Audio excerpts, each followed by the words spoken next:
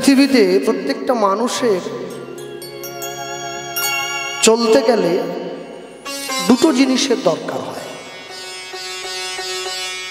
একটা হচ্ছে অর্থ, যাকে আমরা এক কথায় ধন নামে অভিহিত করে থাকি। আরেকটা হচ্ছে সম্পদ। কথা বলবেন না কেউ, একদম নীরবতা বজায় রাখুন। দুটি জিনিস। তো এই দুটি জিনিস জগতে যার যত বেশি পরিমাণে থাকবে, মানে সম্পত্তি এবং অর্থ, শুধু সম্পত্তি থাকলে কিন্তু হবে না। আপনার অনেক জমি আছে, দক্ষিণ বারাসাত মাঠে 10 বিঘে জমি, কিন্তু ব্যাংকে টাকা নেই, সেটা কিন্তু হবে না। জমিটাও থাকতে হবে, টাকাটাও থাকতে হবে, দুটোই দরকার। যত এইগুলো বেশি পরিমাণে থাকবে তত কিন্তু সমাজে আপনি একটা সম্মানের দাবিদার হয়ে উঠবেন। হ্যাঁ, আমি মানছি, যদি এইগুলো অসৎ পথে উপার্জন করেন, সৎ পথে নয়, টাকাটাও অসৎ পথে, জমিটাও অসৎ পথে, তাহলে লোকে কিন্তু পিছনে আপনাকে দুটো বাজে কথা বলবে। দেখ, ওই যে লোকটা যাচ্ছে দেখেছিস, ও 10 বিঘে জমি আছে দক্ষিণ বারাসাত মাঠে, কিন্তু ওটা নিজের কষ্ট করা পয়সায় নয়, লোক ঠকিয়ে রেখেছে। এই যে লোকে বলল, পিছনে বলল, কিন্তু আপনি যখন তাদের সামনে গিয়ে দাঁড়াচ্ছেন, তারাই কিন্তু আপনাকে বলবে, বাবু ভালো আছেন তো? এই দেখেছেন, যদি অসৎ পথের পয়সাও হয়, পয়সা আপনাকে জড়জাগতিক সুখ ভরে দিয়ে দিতে পারে। পয়সার কর্মই ওটা।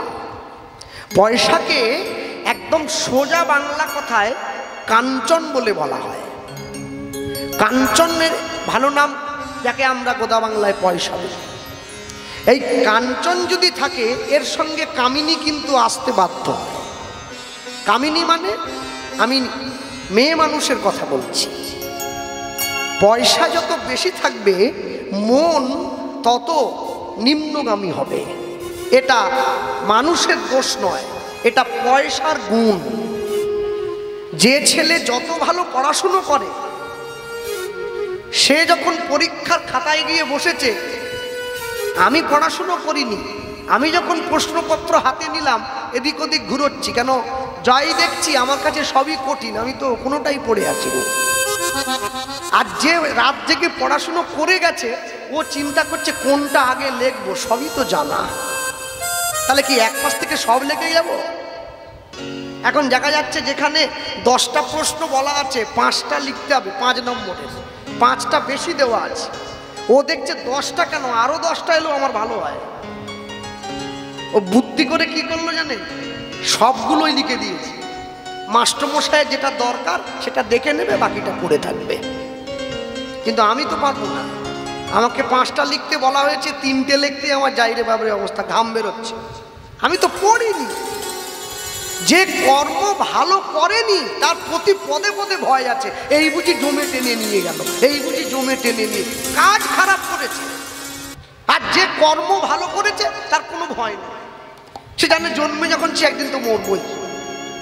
হ্যাঁ, প্রত্যেকটা মানুষের জীবন বিধি এই একই নিয়ম মেনে, এই একই বৃত্তগণ্ডিতে, এই একই সার্কেল মেনে প্রত্যেকের জীবন বিধি পরিবেষ্টিত হয়। এটা একদম সোজা বাংলায়। তাতে আপনি চাইলে বৈষ্ণব হতেও পারেন, তাতে আপনি চাইলে বৈষ্ণব নাও হতে পারেন, তাতে আপনি চাইলে ভক্ত হতেও পারেন, তাতে আপনি চাইলে ভক্ত নাও হতে পারেন। কিন্তু জীবনবিধি আপনার এই নিয়মেই পরিলক্ষিত হবে। নিয়ম সেবা মাস চলছে। আজকে দুপুরবেলায় তো এক মায়ের বাড়িতে আমাদের সকলের প্রসাদের ব্যবস্থা করা হয়েছিল। তো এখন কথা হলো, আমরা প্রসাদ পেলাম, অপূর্ব সুন্দর প্রসাদ হয়েছে। আশ্চর্য কি, আশ্চর্য এটাই যে নিয়ম সেবা মাসে নিয়ম সেবা ব্রত করছে না, যে ব্রত থেকে বাইরে রেখেছে নিজেকে, যে আমি করব না, হ্যাঁ, এই সমস্ত তেল নুন টুন সব ছাড়া, এই সমস্ত হলুদ টলুদ ছাড়া, খুব কষ্ট, বুঝলেন। তারপরে 9টা সবজি, ও মধ্যে আরো যন্ত্রণা, যেগুলো যেগুলো ভালো খাই ওগুলোই বাদ। বরবটি, পটল, হ্যাঁ পটল ভাজা যে কি স্বাদ, আর সেই পটলের তেল দিয়ে মেখে গরম ভাত, এই সময় আবার বন্ধ হয়ে গেছে। তো এ তো মানে বড় যন্ত্রণা। কিন্তু যে ব্রত করেনি সেও যদি একবার কোনো রকম ভাবে ওই ব্রত করেছে যে মানুষগুলো, তাদের সঙ্গে বসে একবার ওই ব্রতের প্রসাদটা পায়, এতেও তার কর্মঘরে একযুক্ত এক হয়ে গেল। কেন? এটা ভালো কর্মের মধ্যে একটা, এটা ভালো কর্মের মধ্যে একটা।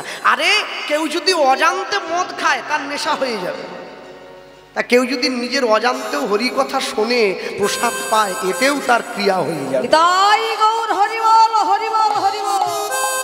আপনাকে শুনতে থাকতে হবে।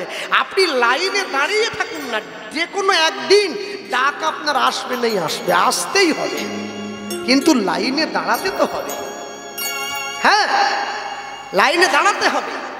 আজিও শুনিতে যেই, শুনিতে শুনিতে সেই, কি অদ্ভুত চৈতন্য চরিত, কৃষ্ণে উপজীবে প্রীত, হইবে রসের হিত, শুনিলেই বড় হবে হিত। যদি না বুঝেও শোনে, এই যে দুর্গা পুজো হয়ে গেল কদিন আগে, আবার কালী পুজো আসছে। আমি তো ঠাকুর দেখতে বেরিয়ে কলকাতার অর্ধেক প্যান্ডেলে ঠাকুর আমি বুঝতেই পারিনি যে কিরম ঠাকুর দেখছি। প্রথমে যখন প্যান্ডেলের মধ্যে ঢুকলাম, ঢোকা মাত্রই অন্ধকার, নীল আলো, কেন মনে হয় রাক্ষসের গুহায় ঢুকে পড়েছি, সব অন্ধকার। যে ভলেন্টিয়ার বসে আছে ওকে গিয়ে বললাম, দাদা এসব অন্ধকার কেন? বলছে আলো জ্বালিয়ে দিলে আমাদের শিল্প সত্তা নষ্ট হয়ে যাবে। ওরে শিল্প রে, মা দুর্গা যেখানে আছে সব অন্ধকার দূরে যাবে, তা না হয়ে প্যান্ডেলের ভেতরটা অন্ধকার। বলে ওই সোজা এগিয়ে যান, কার গায়ে ঠুকো খাচ্ছে, কে কার ফোন চুরি করছে, কে কার কানের দুল ছিঁড়ে নিয়ে যাচ্ছে, তার কোনো ঠিক নেই। ঠেলা গোজা করতে করতে অন্ধকার তো, নীল আলো জ্বলছে, ঠেলা গোজা করতে করতে যদিও মায়ের সামনে গিয়ে পৌঁছলাম। এ তো অদ্ভুত দুর্গা। হ্যাঁ, মা দাঁড়িয়ে আছে, দুটো পা কে যাবে ফাঁকা করে দিয়ে এরকম ভাবে, যেন মনে হয় পিটি করার জন্য স্কুলে গিয়ে ভর্তি হয়েছে। মা দুর্গা পিটি করছে, দুটো পা ফাঁকা করে দাঁড়িয়ে আছে। এ কিরম দুর্গা, এরকম তো দেখি নাই কোনো। যে ব্রাহ্মণ ঠাকুর বসেছিল তাকে বললাম, ঠাকুর মশাই এরকম দুর্গা ঠাকুর কেন, এরকম উদ্ভট? বলছে বেশি কথা বলবেন না, এখন থিমের দুর্গা, থিমের দুর্গা, থিম এসে গেছে। আসল দুর্গা লুকিয়ে পড়েছে, থিম এসে গেছে। ছোটকাল থেকে আমরা যে দুর্গাকে দেখে অভ্যস্ত হয়েছিলাম, মহিষাসুরের পিঠে চেপে 10টা হাত নিয়ে ত্রিশূল নিয়ে এই যে বধ করতো, যাকে আপনারা বাংলা কথায় 8 চালার ঠাকুর বলে বলেন, সে ঠাকুর এখন আর নেই, এখন থিমের ঠাকুর এসে গেছে। অর্ধেক জায়গায় ঠাকুরের ভাব বোঝা বড় ভাব, যে ঠাকুর রেগে আছে না আমাদের উপরে খুশি হয়েছে। দুর্গা পুজোর আগেই একবারে বৃষ্টি হয়ে কলকাতায় অর্ধেক দুর্গা বিসর্জন হয়ে গেছে। হরি বল, হরি বল। হ্যাঁ, এটা মায়ের দোষ নয়, আমাদের কর্মের দোষ। বোধনের আগেই মায়ের বিসর্জন হয়ে যাচ্ছে। আমরা এমন কর্মে লিপ্ত হয়েছি, মা আর আমাদের মাঝে থাকতে চাইছে না। কি করে থাকবে? চৈতন্য মহাপ্রভু যে হরিনাম আপনাদের দিয়ে গিয়েছেন, আমাদের দিয়ে গিয়েছেন, জগৎবাসীকে দিয়ে গিয়েছেন, হরিনাম মানুষ করবে। মহাপ্রভু বলছে বিনা পয়সায় এনে দিলাম, এত সুন্দর কাজের জিনিস দিলাম, কাছের জিনিস দিলাম, মানুষের ঘরে ঘরে গিয়ে দিয়েছি। আরে করোনার চলে যাওয়ার পরে তখন সরকার মানুষের ঘরে এসেছে, দুয়ারে সরকার চলে যাওয়ার পর। আজ থেকে 540 বছর আগে দুয়ারে ভগবান আমাদের জন্য নাম গাইছে স্বয়ং মহাপ্রভু। এত কিছু করে হরিনাম দেওয়ার পরেও যদি আমি না গাই, সে দোষটা নিজেকে নিতে হবে, অন্য কাউকে দিলে হবে না। কাকে দেবে? হ্যাঁ, মনে রাখবেন, এই শরীরটাকে দেখছেন না, এই যে চোখ, এই যে নাক, এই যে মুখ, এই যে জিহ্বা, এই যে হাত, এরা সবাই মিলে ঝগড়া করছে। চোখ বলে আমি যদি না থাকি দেহের কি দাম আছে, দেখতে পাবে না কিচ্ছু, অন্ধকার। মুখ বলে আমি যদি না খাই শক্তি পাবি না, চলতে পারবি না। জিভ বলে আমি যদি স্বাদ তোদেরকে না বলে দিই তোরা বুঝবি কি করে কোনটা তেতো আর কোনটা বিষ। পেট বলছে আমি যদি জমা না করে হজম না করি তো শক্তি পাবে কোথার থেকে। হাত বলছে আমি যদি না খাটি তো মুখে উঠবে কোথার থেকে। নাক বলছে আমি যদি নিঃশ্বাস না নেই তো বাঁচার কোনো সম্ভাবনাই নেই। হ্যাঁ, সবাই এক এক করে বলছে, সবাই এক এক করে বলছে, সবাই চুপ করে বসে আছে। এমন সময় সবাই তাকিয়ে দেখছে এই অন্তরের মধ্যে যে আত্মাটা আছে ও কিছু বলছে না, গালে হাত দিয়ে বসে আছে। ও সবার ঝগড়া শুনছে। ওকে গিয়ে সবাই মিলে বলছে, ভাই তুমি কিছু বলো, আমরা সবাই বলছি। বলে না, আমি আর কি বলবো, আমি তো বলতে গেলেই ও মরে যাবে। মানে বুঝলাম, মানে আত্মা বলছে আমি যদি বলতে যাই যে আমি থেমে গেলে তোমরা চলবে কি করে, হৃৎপিণ্ড বলে। এটা যে মুখ ফুটে বলবো, এটা বলতে গেলেই ও যাকে নিয়ে বলবো সেই তো মরে যাবে। ওই জন্য কিছু না বলাই ভালো। আমি চুপ করে বসে থাকি, আমার নিজের কাজটা করতে থাকি। যারা ভক্ত হয়েছে, কত লোকে টনটিটকিরি কাটছে, কত বাজে কথা বলছে, কত কটু কথা বলছে, ভক্ত মালা করে যাচ্ছে। তুমি তোমার কাজ করো, আমি আমার কাজ করে যাই। তুমি একদিন বলবে, দুদিন বলবে, 3 দিন বলবে, 4 দিনের দিন থেমে যাবে। আমি থামলে চলবে না, আমাকে হেঁটে এগিয়ে যেতে হবে। আমি থামলে চলে? যে বাড়ির মা, সে সকলের সঙ্গে ঝগড়া করে, বাড়িতে স্বামী, ছেলে, বৌমা সবার সঙ্গে ঝগড়া। মা কিন্তু রান্না থামায়নি, খুন্তি নেড়ে যাচ্ছে, ঝগড়াও করছে, খুন্তিও নাড়ছে। মা জানে আমি যদি খুন্তিটা থামিয়ে দেই সকলের পেট থেমে যাবে। ওটা থামালে চলবে না, গায়ে জোর পাবে তবে তো ঝগড়া করবে নাকি। অতএব নাড়তে থাকতে হবে। আমিও সবাইকে বলছি, নাম করতে থাকতে হবে। করতে থাকুন না। সবাইকে নিরামিষ খাবার দরকার নেই, আমি একবারও বলবো না সকলে নিরামিষ খান, সকলে একাদশী করুন, আমি বলবো না। কিন্তু আমি এইটা বলবো, নাম করতে থাকুন, বন্ধ করবেন না। কোনো বাধা নেই। ধোয়া কাপড়ে করবেন, বাসি কাপড়ে করবেন, বাথরুমে গিয়ে করবেন, স্নান করতে করতে করবেন, ঘুমোতে যাওয়ার সময় করবেন, বিয়ে বাড়িতে করবেন, শ্রাদ্ধ বাড়িতে করবেন, অন্নপ্রাশন বাড়িতে করবেন। নাম করবেন। নামকে এমনভাবে নিজের মধ্যে বসিয়ে নেন, আপনি নাম ছেড়ে দিলেও নাম যেন আপনাকে ছেড়ে কখনো না চলে যায়। সেইটা যদি আপনি করতে পারেন, আপনি একদিন না একদিন নাম ধরে রাখতে পারলে নামই আপনাকে কৃপা করতে বাধ্য হবে। আর যেদিনকে নামই আপনাকে কৃপা করবে, আপনার পথটা পরিষ্কার হয়ে গেল। কেন বলুন তো? আসার পথটা পরিষ্কার করেই এসেছি, যাওয়ার পথটা পরিষ্কার করবেন না? চলে তো যেতেই হবে, আজ নয় কাল।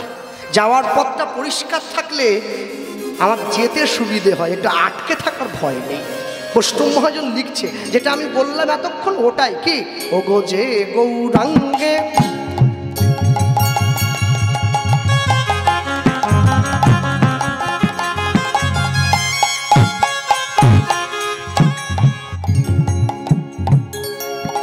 যে গৌরাঙ্গে না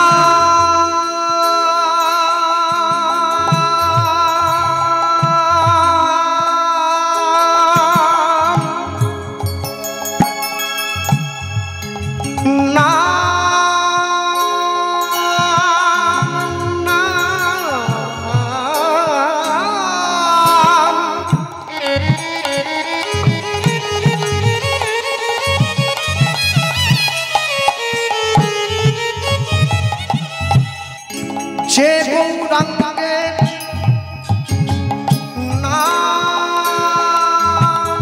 নাম লয়,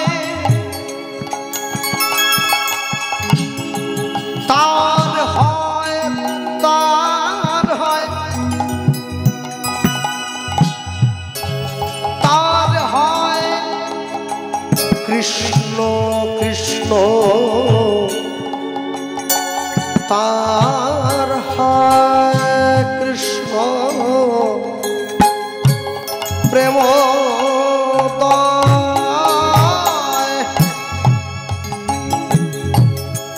যে গৌরাঙ্গে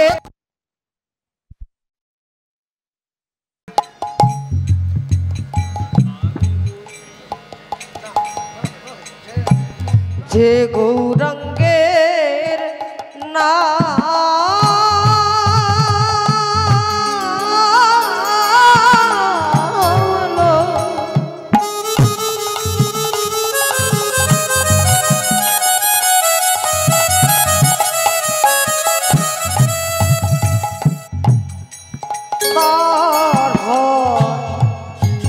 কৃষ্ণ প্রেমোদ অবতার হয় কৃষ্ণ প্রেমোদয়। তারে মুই যাও বলি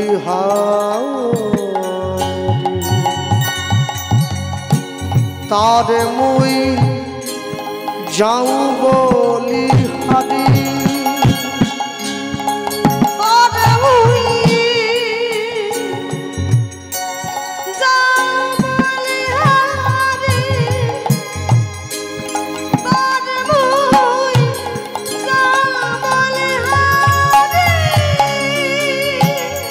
গৌরাঙ্গ গুণেতে ঝুরে অগণিত লীলা তাহে স্ফুরে গৌরাঙ্গ গুণেতে ঝুরে নিত্য লীলা তারে স্ফুরে সেজন ভকতি অধিকার সেজন ভকতি অধিকারী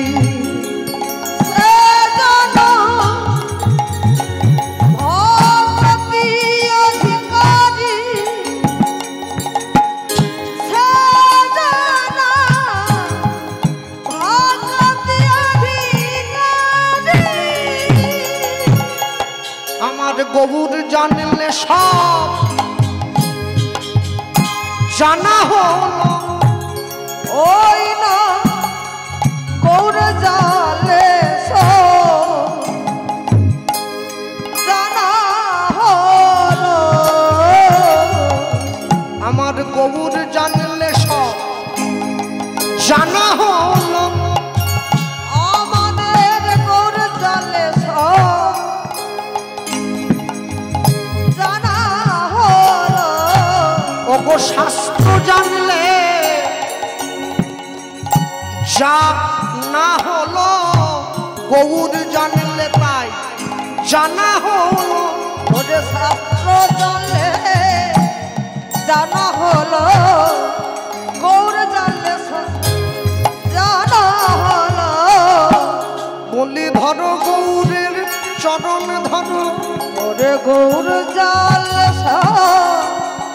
জানা হলো যদি ভববন্ধন মোচন করিতে চাও মন গৌর জানলে সব জানা হলো মোদের আর কোনো গতি নাই ভাই গৌর জানলে জানা হলো ওই গৌর চরণ শরণ বিনা গৌর জানলে সব জানা হলো মোদের আর কোনো গতি নাই ভাই গৌর জানলে সব জানা হলো ওই যে গৌর চরণ ধরো সবে গৌর সবাই গৌর জানলে সব জানা যাবে গৌর চরণ ধরো সবাই ওরে গৌর চরণ ধরো সবাই সেজন ভকতি অধিকার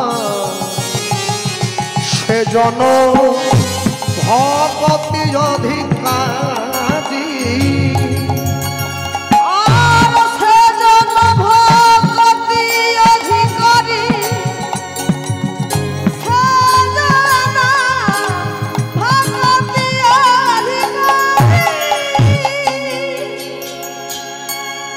আপনি যদি ভগবানকে ভালোবাসেন বিনিময়ে ভগবানের কাছ থেকে ভালোবাসা পাবেন ভগবানকে ভালোবাসতে গেলে অনেকে আমায় প্রশ্ন করে দাদা আপনি কি ভগবানকে দেখেছেন না না যে ভগবানের দর্শন পেয়েছে সে আজ জাপানে হোক ধুতি পাঞ্জাবি পরে এই দক্ষিণ 24 পরগনা কীর্তন গেয়ে বেড়াবে সে ঘর থেকে বেরিয়ে চলে যাবে এগুলো মানুষকে বোকা বানানোর জন্য বলা তাহলে ঈশ্বর দর্শন কি কেউ পায় না বলে পায় রামকৃষ্ণ পরমহংসদেবকে একজন জিজ্ঞাসা করছে ঠাকুর আপনি যে মায়ের দর্শন পেয়েছেন মাকে কেমন দেখতে একটু বলা যায় না যখন এই কথা বলেছে হ্যাঁ তো রামকৃষ্ণ পরমহংসদেব তাকে ডেকে কাছে বসিয়ে বলছেন বাবা শোনো আমি যে মায়ের দর্শন পেয়েছি তোমাকে যদি বলি মা কেমন দেখতে তুমি কি বুঝতে পারবে কেন পারবে আহা আমি অঙ্ক বুঝি বাংলা বুঝি, ভূগোল বুঝি, বিজ্ঞান বুঝি, ইতিহাস বুঝি, বিদেশ থেকে ইংরেজি ভাষা এলো ভারতবর্ষে সেটা পর্যন্ত বুঝি। আর আমি ঈশ্বর দর্শন কেমন হয়েছে বুঝবো না, আপনি বলছেন কি করে? রামকৃষ্ণ পরমহংসদেব তাকে জিজ্ঞাসা করছেন, হ্যাঁ রে, তুই যে বাড়িতে থাকিস তোর নাকি অনেক পয়সা কড়ি আছে শুনেছি। হ্যাঁ, ওটা মোটামুটি ওই যে আপনি যাকে মা বলেন, আপনার মায়ের কথাই যদি ধরি, আপনার মায়ের ইচ্ছায় আমার অনেক সম্পত্তি পয়সা আছে। বা তা তুই কিসে করি আমার কাছে এলি কেন? ঠাকুর একটা সাইকেল কিনেছি জানো, সাইকেল, ওই সাইকেলটা চালিয়ে তোমার কাছে চলে এলাম। হরি বল, হরি বল। তো রামকৃষ্ণদেব বলছেন, সাইকেলটা কি এমনি এমনি চললো না, তুই চালালি? এই কি বলছেন আপনি? সাইকেল এমনি এমনি চলে?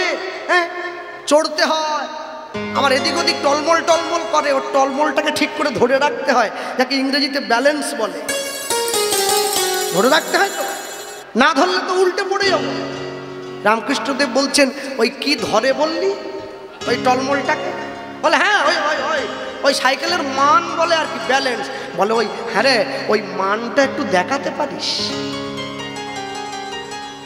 শিষ্য বলছে, এই জন্য লোকে তোমাকে পাগল বলে। বলে আমি পাগল নই রে, তুই পাগল। সাইকেলের ব্যালেন্স কি দেখানো যায় ঠাকুর? ওটা অনুভব করতে হয়। বলে উত্তর তো তুই দিচ্ছিস, আমাকে বলছিস কেন? নিজে ঈশ্বরকে দেখে কি অপরকে দেখানো যায় রে? ওটা অনুভব করতে হয়। তোর অনুভব নাই তাই তুই দেখতে পাস নাই, আমার অনুভব আছে তাই আমি দেখতে পেয়েছি। যে দেখতে পেয়েছে সে কোনোদিন বলবে? সে কোনোদিন বলবে না। মনে রাখবেন, জীবনে জীবনে যদি প্রকৃত সুখী হতে চান, শান্তিতে থাকতে চান, কাউকে না জানিয়ে সুখ ভোগ করুন। আপনি বড় একটা বাড়ি তৈরি করবেন, মনে মনে ঠিক করলেন, কাউকে জানাবেন না, আগে তৈরি করুন তারপরে জানাবেন। আপনি যদি তৈরি করার আগেই লোককে জানিয়ে দেন, আর তৈরি করতে পারবেন না, নষ্ট হয়ে যাবে। কেন বলুন তো? আপনার সুখে আমার হিংসে হয়, আর আমার এই হিংসেটাই আপনার সুখের পথে বাধা হয়ে যাবে। হরি বল, হরি বল। তাই জীবনে একা একা সুখী থাকতে শিখুন। বাড়িতে একটা ভালো খাবার রান্না হয়েছে, পাড়ার লোককে বলে বেড়াচ্ছেন কেন? আগে বাড়িতে খান, তারপরে গিয়ে বলুন। আগেই যদি জানিয়ে দেন, খাবারের স্বাদ আর পাবেন না। তাই আগে খেয়ে একটু আস্বাদন করবেন। হ্যাঁ, ঠিক জীবনটা সেইভাবেই চালাবেন, সেইভাবেই চালাবেন। মনে রাখবেন, পৃথিবীতে আপনার আমার ভালো দেওয়ার দায়িত্ব আপনাকেই নিতে হবে, আমাকেই নিতে হবে। আরে অন্যায় করে যে শাস্তি ভোগ করে তাকে বলি প্রজা, আর যে অন্যায় করে কিন্তু নিজেই নিয়ম ভাঙে আর শাস্তিও ভোগ করে না তাকে বলি রাজা। কেন? রাজাই তো প্রজাকে দেয় সাজা, রাজার হয় না সাজা। আপনি নিজেকে যদি ভালো রাখতে না পারেন, আপনাকে ভালো রাখার দায়িত্ব কারণ নয়, কারণ। লক্ষ্মী পুজো চলে গেল সোমবার দিন, আজকেও লক্ষ্মী পুজো তিথিটা এখনো উদযাপন হচ্ছে, অনেকের বাড়িতে পুজো হয়েছে। গতকাল আমাদের কীর্তন ছিল এই লক্ষ্মী পুজোকে কেন্দ্র করেও। মনে রাখবেন, আমরা মা লক্ষ্মীকে পুজো করছি, মা লক্ষ্মীকে তুলে বসিয়েছি। প্রত্যেকটা হিন্দু সনাতন ধর্মের মানুষের বাড়িতে মা পুজো হচ্ছে, কিন্তু আপনার বাড়িতে যে বৌমাকে আপনি এনেছেন, আপনার ছেলের বিয়ে দিয়ে যাকে আনলেন, সে বৌমাকে দিনরাত গালমন্দ করছেন, হেলাছেদ্দা করছেন। আপনি কি ভাবছেন আপনার ঘরের লক্ষ্মী সুখে থাকবে? না, নেই। মায়ের পেট থেকে যে মেয়ে সন্তানটা জন্মেছে, ও তো আপনার ঘরের আসল লক্ষ্মী, ওকে একটু ভালোবাসা দিন। হ্যাঁ, মাটির লক্ষ্মীকে পুজো করো অর্থ লাভের আশায়, আর গর্ভের লক্ষ্মীকে হত্যা করে পুত্র লাভের নেশায়। হরি বল, হরি বল। আগে জ্যান্ত লক্ষ্মীকে সম্মান করো, তবে মাটির লক্ষ্মী এমনি সন্তুষ্ট হবে। মনে রাখবেন, প্রত্যেকটি মানুষের জীবনে, প্রত্যেকটি ব্যক্তির জীবনে একটা জঙ্গলের সিংহ যে, তারও জীবনে একটা নিয়ম আছে। আমরা মনুষ্য জীব, আমাদের জীবনে সেটাও নাই, ছিল, আমরা বাদ দিয়ে দিয়েছি। আমরা বাদ দিয়ে দিয়েছি। প্রত্যেকটা জীবের একটা করে লক্ষ্য আছে। লক্ষ্য কি? তাকান, শিশুর দেখি যে লক্ষ্য মাতৃ দুগ্ধ পানে, দুগ্ধ মাতালের লক্ষ্য দেখি মদেরও সন্ধানে, মোদেরও সন্ধানে। লক্ষ্য নেই। বানরের লক্ষ্য শুধু ফলেরই বাগান, ফলেরই বাগান। শকুনের লক্ষ্য শুধু ভাগাড়ের সন্ধান, ভাগাড়ের সন্ধান। শিয়ালের লক্ষ্য মরা নিয়ে টানাটানি, টানাটানি। নিন্দুকের লক্ষ্য শুধু পরনিন্দা গ্লানি, পরনিন্দা গ্লানি। লক্ষ্য নেই। সতী খুঁজে পুঁজিবারে পতির চরণ, পতির চরণ। অসতীর লক্ষ্য হারে কিসে পরের মন, কিসে পরের মন। এই জগতে বারে বারে যেদিকে চাই, যদি পেতে চাই পৃথক পৃথক লক্ষ্যের মানুষ মোরা দেখিবারে পাই। মোরা দেখিবারে পাই। কারো লক্ষ্য উচ্চ কারো নীচ অতি ঘৃণ্য, ভিন্ন কেহ বা বিদ্রুপের পাত্র, কেহ ধন্য ধন্য। কেহ ধন্য ধন্য। সব লক্ষ্য মাঝে কার লক্ষ্য শ্রেষ্ঠ বলে মানি, মানি যার লক্ষ্য আমার গৌর গোবিন্দের রাঙা চরণ দুখানি।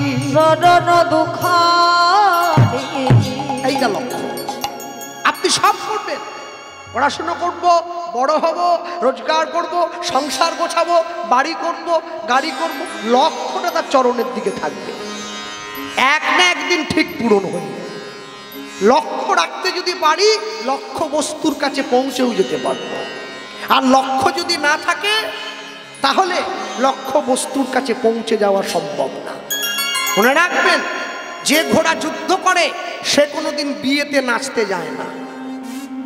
যুদ্ধের ঘোড়া কখনো বরযাত্রী কাঁধে নিয়ে বেড়ায় না। যুদ্ধের ঘোড়া আলাদা, আর যে ঘোড়াটা বিয়েতে বরকে কাঁধে নিয়ে যায় সেটা আলাদা। হাতি যখন ছোট থাকে না, ওর মালিক একটা মোটা শেকল পরিয়ে রাখে ওর পায়ে, তো ছোট হাতি তো টান দেয়, শেকলটা ছিঁড়তে পারে না, শক্ত আছে তো। হাতি যখন বড় হয়ে যায়, ওই একই শেকল তখনও ওর পায়ে পরিয়ে রাখে। হাতি কিন্তু চাইলেই আস্তে করে টান দিলে ওটা ঠট করে ছিঁড়ে যায়। হাতি টানে না, হাতি জানে শেকল পরানো আছে, ছিঁড়তে পারবো না। আমরা যখন জন্ম হয়েছি, জন্ম হওয়ার পরেই একটা মায়ার শেকল গলায় পরিয়ে দেওয়া হয়েছে। আমরা চাইলেই অনায়াসে টেনে ছিঁড়ে ফেলতে পারি, কিন্তু যখন তো ছোট আমরা, শক্ত থাকে, পারি না। এখন বড় হয়ে গেছি, চাইলে ছেঁড়া যায়, কিন্তু মনে ওই হাতির মতো ভাবটা বসে আছে, মনে হয় পারবো না, তাই নিয়েই ঘুরে বেড়াচ্ছি, নিয়েই ঘুরে বেড়ালাম। লাভ কি হলো? হ্যাঁ, সব কথা ভেঙে বলতে পারবো না, যারা বোঝার তারা বুঝে নেন।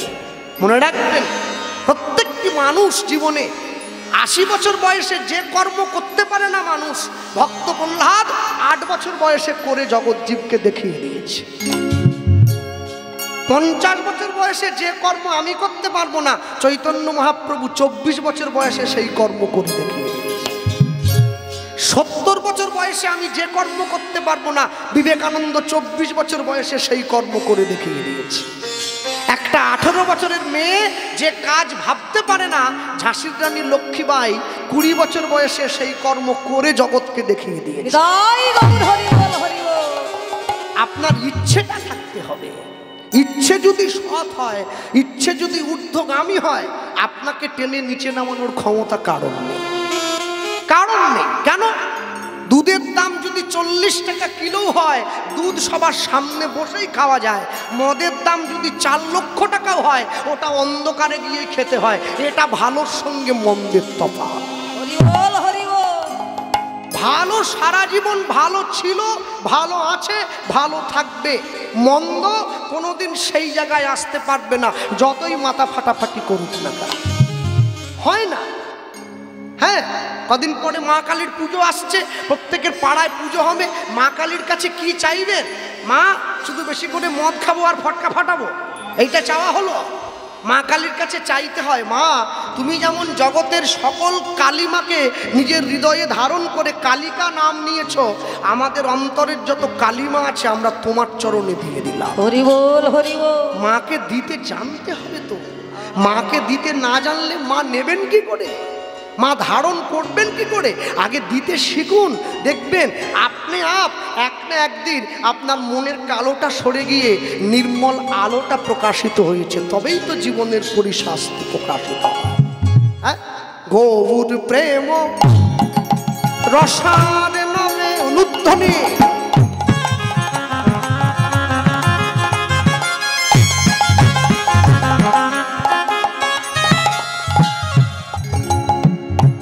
সে তরঙ্গে যেবা ডুবে, গৌর প্রেম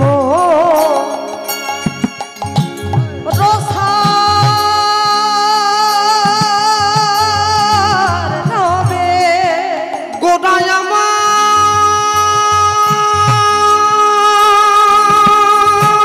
গোড়ায় আমার, তাই গৌর হরিবল হরিবল হরিবল।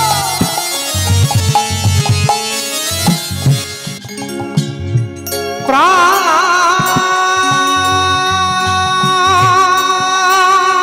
প্রাণ গোড়া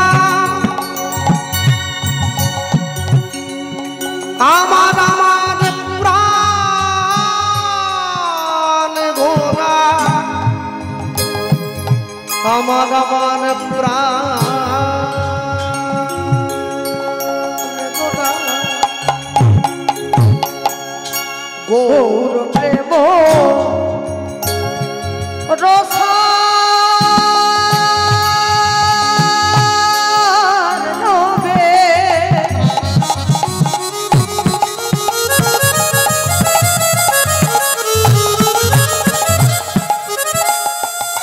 আর সে রঙ্গে বা যেবা ডুবে। যারা দীঘাতে গিয়েছেন, পুরীতে গিয়েছেন, দীঘার সমুদ্রে ঝাঁপ দেওয়ার পরে দেখেন না, সমুদ্রের দিকে ঝাঁপ দিলেন, ঢেউটা আপনাকে ধাক্কা দিয়ে আবার পাড়ের দিকে ঠেলে পাঠিয়ে দেয়, তাই না? পুরীতে গিয়ে সমুদ্রে নামলে ঢেউটা আপনাকে টানলো, আবার ধাক্কা দিয়ে পাড়ের দিকে পাঠিয়ে দেয়। এটা সমুদ্রের কথা বলছি। চৈতন্য মহাপ্রভুর প্রেমের সমুদ্রে কেউ যদি একবার ঝাঁপ দেয়, তাকে আর সংসারের দিকে ফিরে আসতে হবে না, তার চরণের দিকে নিয়ে চলে যাবে। এটাই তো বৈশিষ্ট্য। গৌর প্রেম রসার নামে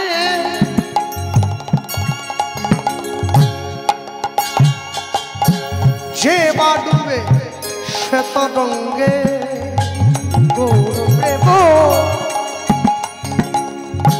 রসার নামে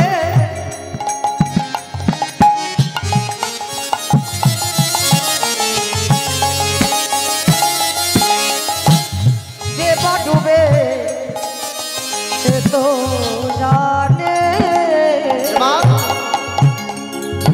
সে রাধা মাধব অন্তরঙ্গ, সে রাধা মাধব অন্তরঙ্গ, সে রাধা মাধব অন্তরঙ্গ, সে রাধা মাধব অন্তরঙ্গ। তোমরা গৃহে বাপনেতে থাকো, ওই যে হা গৌরাঙ্গ বলে ডাকো, তোমরা গৃহে বাবনেতে থাকো, হা গৌরাঙ্গ বলে ডাকো। তোমরা গৃহে বাবনেতে থাকো, হা গৌরাঙ্গ বলে রাখো, তোমরা গৃহে বাবনেতে থাকো, হা গৌরাঙ্গ বলে রাখো। ঠাকুর নরোত্তম দাস নরোত্তম, মাগে তার সঙ্গ,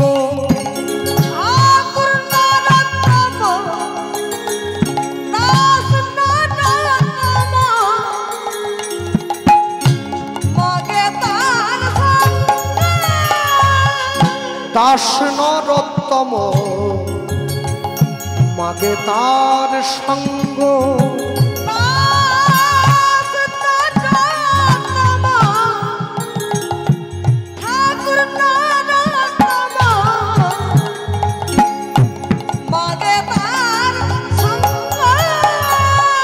আমি এক মুখে বলতে নারি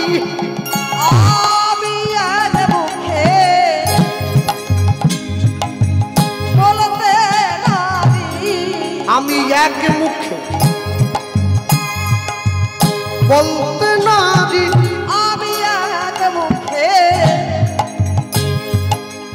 বলতে নারি আমার গৌর গোবিন্দে হরিবল হরিবল হরিবল লীলা মাধুরী আমি এক মুখে বলতে নারি আমি যতবার বলি ততবার হারি আমি এক মুখে বলতে নারি আমি চাই রে প্রেমের বলি হারি আমি এক মুখে বলতে নারি আমি এক মুখে বলবো কত আমি এক মুখে বলতে নারি আমি যদি বা বলি বছর শত আমার গৌর গোবিন্দের লীলা মাধুরী এবার প্রেমানন্দে কহ হরি হরি